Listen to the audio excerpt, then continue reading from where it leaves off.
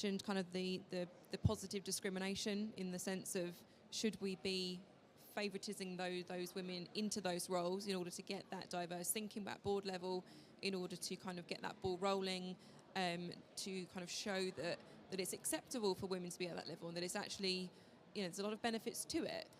But I think a lot of companies still fear that amount of change. And I think, we said about the industry moving at a dinosaur pace. It really is. And there has been a lot of change in the 18 years that I've been in the industry, but it's been slow, it's been very gradual. And I think unless you're really aware of that, it can pass you by. So I think there's definitely that kind of educational piece around what the opportunities are. Yeah. And I think just jumping back onto something else, that I tend to find that most people in the industry, particularly from a trade point of view, are there because they know someone that's in the industry. It's normally a family member or someone that they've worked with, or it's very unlikely that at a young age, Ceri's daughter's age, they go, oh, I want to be a plumber, I want to be a bricklayer. So how do we get that knowledge and education out into the much wider environment? So what you're talking about there is almost like, it's like a warm introduction, isn't it? It's not a cold call of shove you into this career. There's a known to it already. But maybe, kind of, we talked about the influences. Digger Girl, did you all follow Digger Girl? Yes, no, lovely. Maybe like examples like that can do that, start doing that PR for the industry. Ceri.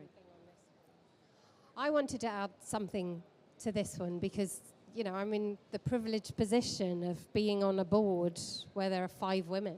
Wow. So Mace Consult, we're a soon-to-be, we hope, a 1.2 billion revenue company. And as well as myself, my opposite in project management is a woman, the global lead for PMO is a woman. Our America's president is a woman. Our head of HR is a woman. Our head of legal is a woman. Wow. So that's pretty cool, I think. And sometimes I wonder if we need to flip the dial a little bit, because we do always have these statistics that are so negative. There's only 6%. If we invested a bit more energy on look at what these women are doing and you could be that too. Yeah. I really think that will start to kind of create some pull. Yeah. And that's why storytelling and having events like this are so important as well. Exactly that. Showing people the potential. This is what's out there. These are the roles. These are the people actually doing it. It's very inspirational. I know your story, and still I was massively inspired by listening to it again today. And that it's exciting, yes. Right? I can't remember who it was. It was Stefan, wasn't it? Yes, on it was Friday on night. Friday, He said he's got a yes. 15-year-old daughter who's a gymnast, and she goes, oh, Dad, what you do is so boring. And I'm like, hell, is it boring? I worked in the music industry for 10 years, and it's really exciting. Thank you very much. But we need to get that message out there. We do. We'll go to the next question if you've got your phones at the ready again. So we've talked about getting people in, but how do we keep people in the industry? Retention, let's go to. What cultural change would make the biggest difference in keeping women in construction? So your options are 0 tolerance for bias and harassment, more flexible working patterns and family support. That's to the red lines that if you saw Ceri's talk, she talked about. Clearer progression pathways and development plans, again, so career progression there, and greater visibility, which keeps coming up, doesn't it, again, of women in leadership and in the construction industry in general. Oh, it's pretty evenly weighted there. Ooh. 5. Clearer progression pathways and development plans. How do we feel about that panel? Was that what you'd have voted for, or do you think visibility? I mean, we've touched on visibility a lot. Do you think it's visibility most?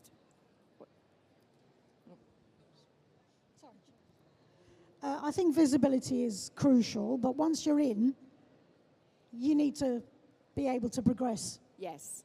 And I was talking at an event, and there was a woman there who trained as an engineer, and she went to an open day at Yorkshire Water, and she saw some of the engineers, some women, and she was just watching out of interest, and she saw the way they were being treated by some of the other people there, and she left. She said, "I'm not joining." Wow. She goes, "Because that'll be me in a few years. Wow. They'll be treating me that way."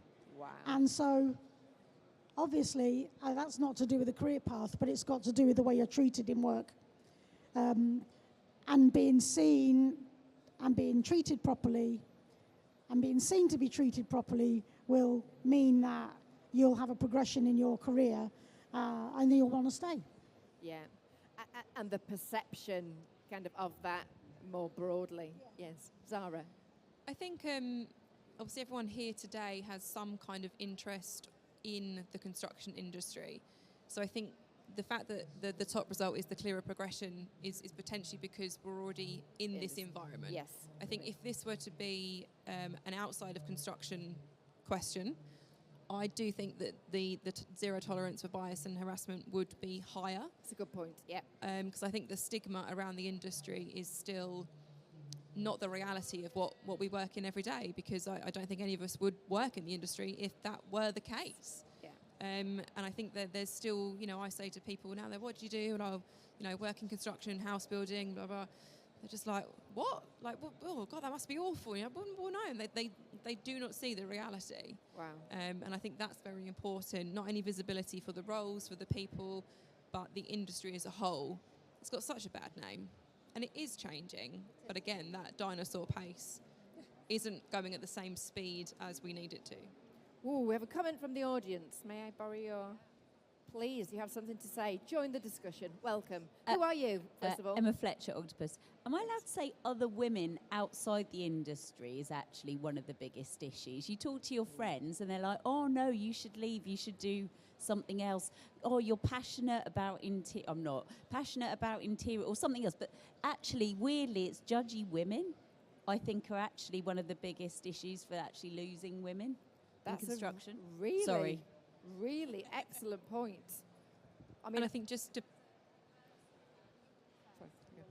I was just going to say that I think that's why events like the Women in Construction Awards, the networking, the network support groups in different companies, I know we have them.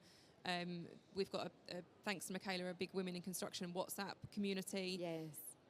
If we do get that kind of pushback from women outside of the industry, even more importantly, to use our connections inside the industry to remind ourselves of why we're there, to bring each other up and to recognise what we're doing. Yeah. So I think you're right. It is an issue, and probably not even in this, just in construction, but definitely networking and putting on those resources. And I think it's those same people who are parents to the kids who are telling Ava not to wear her PPE at home, right? And I think that, the reverse of all this is, once you're in, have we got really great mentors, coaches, advocates?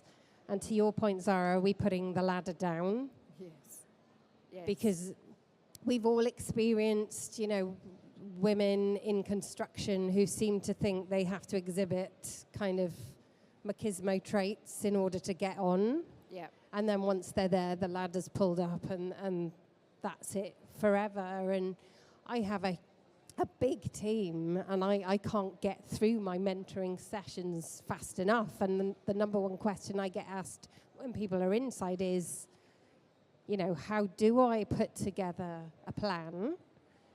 And we need tangible tools to help people progress. And then there's the secret sauce, which isn't, the thing with our industry is it's very much, technical. And technical doesn't always lend itself to being good leaders. So that's the other thing we need to really invest in, because it's those good leaders that make sure people stay and spread the word outside of the industry. That's it. You can be great in the knowledge side, the technicality, as you say, doesn't make you a good people manager. Doesn't make people want to stay. Hattie. Just one little last point that I noticed. At the trades end, there's quite a lot of internal hassle for women because the trades are even lower numbers. Yeah. And you could be the only woman on a site of 50 men. Or if you are a self-employed tradeswoman, you might actually never see another tradeswoman unless you come to our event once a year. And then you'll be in a room with a load of them. But forgot what I was going to say now. It was to do with, the pulling of the ladder, I think it was. The mentoring. I can't remember. It was very, very, very valid. We'll come back to it. If you remember it, jump in and we'll let you know. But it's something certainly I've seen Michaela speak a lot about. Like, if you are going to be a leader and a female leader in this industry, bring the others with you. It's not just about your own progression and your own your own goals and where you want to get to. How can you help others come with you? Exactly what you're saying. Put the ladder down as well. Lovely. Super thoughts. Thank you. Shout if you... Oh, I love this interactive audience. Yes. Hi there, Chloe Barris. With clearer progression and pathways and development plans being clearly highly voted on this, I think that speaks to the retention you were on about earlier, is why aren't women retaining the jobs they have? Is it because they do not see a progression in the workplace? Is it because there are not plans that push, in general, retention on a whole? Younger people coming up, where do they go when there's almost a middle management in a lot of companies where there isn't a turnover and a change? Yeah, thank you. You've reminded me. Hey, well done. It was to do with promotion. Uh-huh. Now, you speak to a lot of, there are social housing and councils who have apprenticeship programs for tradeswomen. They'll come into the team, they'll do their apprenticeship program, but they'll be so good with their people skills, they'll get promoted out. So they get promoted out into team leadership, off the tools, and then there's nobody. You're back to square one. Yeah. Because yet again, now we've got no women. Yeah. So that's and it's to do with the progression. Yeah. In that progression for that woman is a great thing, but we need to have, it needs to be a cycle. That's right, yeah. That's it, thanks. I don't think that's just a construction thing. Just another thing as well is there's 948 NEET students out there, and a lot of those will be women. What is the government, the industry doing about getting them into sort of the construction world as well? Yes. And Zara, what did these awards mean to you? Well, I've lucky enough been able to kind of be on the sponsorship side, be a judge as well, and just be part of the evening. And it's just a really lovely way to celebrate. You can feel the excitement in the room. You can see how important it is to those that are nominated and those winners. And I think it really is, like we say again, putting that ladder down to the next generation, getting that traction of what we're trying to do. It's just a great event. Indeed it is. And I actually think we should give Michaela a round of applause. Michaela and her whole team did an amazing job on Friday. We've got was that a comment? Can I borrow someone's mic? Please. Thank you. Get your steps in. Yes. Sorry, I'll stand up. Hi, my name's Laura Giddings. I'm from the STEM project, and actually this was a kind of a comment and a response to what you were just saying, Tracey, about the fact there is so many people who are now NEET, not in education or employment. And obviously with the Labour government's recent advice in the last few days that they've got this guaranteed youth programme, I suppose this is a good time to jump onto your Q&A point. What do you think could be done in a short term to help support those initiatives with looking at that guaranteed youth programmes, obviously around apprenticeships and getting young people who are NEET into this sector? I'm very curious and love to know. I'm sure everyone's got 1,000 ideas, but in the last 72 hours, what was your, I think I would do this if it was up to me? Nothing like putting you on the spot, is there? No, obviously there has been a big announcement from the government there. It's a bit like going back to the old YTS scheme as well. It's about more employer engagement, which is we're focusing on very much in my team. We are talking to employers. We need to know what the employers want. We can develop the courses, we can develop the qualifications, But actually what we need to do is we need to find out what the skills is as well. Something that's short and sharp as well. That, again, is something that they can see that is achievable as well. And different models of learning, which we've learnt with young people as well. It's not all about the classroom. It's about online. As we all know, every young person looks like that the whole time. Yes. Because that is how they communicate, that is how they learn. We're switching to this as well as an organisation. We need to be more interactive with the young people. So, yes, definitely small bite sizes, more e-learning as well, and more links with employers. Hattie. Mentoring. I think mentoring is crucial. I went to college in 1990. I was the only woman in the college. Wow. As a trainee, and there were no toilets, so that was but I stayed because I'm pig-headed, but mainly because there was a guy there who loved the fact that I loved plumbing. Right. So he was a time-served plumber. He'd done his time, and now the poor guy was just like running around after oiks, getting, handing out pieces of pipe. Yeah. So when I started talking to him about plumbing and about systems and about this and that, he got excited again. Reconnected him with his passion for the trade. Yeah. And without him, well, I can't say without him really. I was with him, so, he really, really, really helped me. And now what I do, I spend the majority of my time mentoring other plumbers. Wow. Women. Wow. So mentoring, having that support system, having somebody who can say to you, it's not a stupid question. We can take you. I always say to them, I want you on the edge of your comfort zone for the majority of time because we can just push you over and move your comfort zone. Yeah. So mentoring is really, really crucial. So mentoring programs. I've got a question to ask the industry. Uh-huh. I don't know if this is the time. Why not, Hattie? Why not? But industry, what is the barrier to entry for women? Why? What's stopping you from doing the stuff that we've been telling you to do for the last 15, 30 years? That's the question. Great question. Who's got an answer? Industry, can you answer? Oh. We need a Netflix documentary or a Netflix series. Ooh. The biggest issue for teenage girls now underperforming at school is that they're watching box sets. We need a Netflix documentary. It literally, box sets are killing off women's brains as teenagers. That's why the last 2 years they've been worse performing at GCSEs than boys. Wow. And that's one of the reasons. Addicted to their phone. So Suits had the greatest impact on women becoming lawyers. We need the Netflix equivalent. Oh, please, God, make a Suits for construction. And can we have Harvey in it as well, please? That would be just great. Can I add one thing there?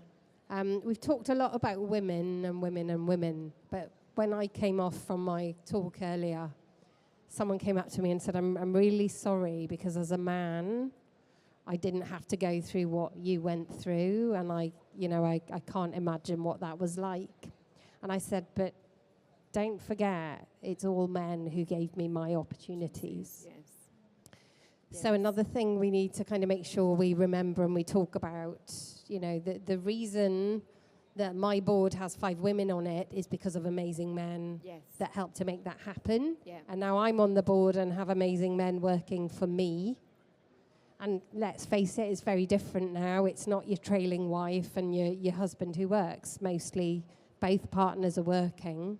So the really talented men who are running, my UK division, my Americas division, I make sure that they're given space, that I know what their amazing wives are doing at home, so that some days they do the pickups, sometimes their wives do the pickups, and that I lead them the way I would want them to lead women coming up through the industry. So it's all about paying it forward, and it's not just about women.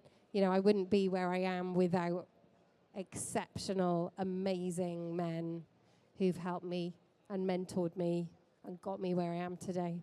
And you've led me beautifully there to give a pitch for my category, which is the male ally category. I love that it's a women's awards and we have a dedicated category for men. So if you know a great man in the industry, if it might even be you yourself, if you think, I'm all that, please nominate yourself. Nominations won't be open until next year, but by next year, please, like, have a think about the people around you. Go and have a look at the categories that we do and see who, comes to your mind about each of those categories. I know sponsorship opportunities are also available for next year, so if that's something you could help with and you would love to help with and get your company's name out there, speak to Michaela at the back, and I can see she has beautifully lined up some refreshments for them all. So please give a big hand for these amazing women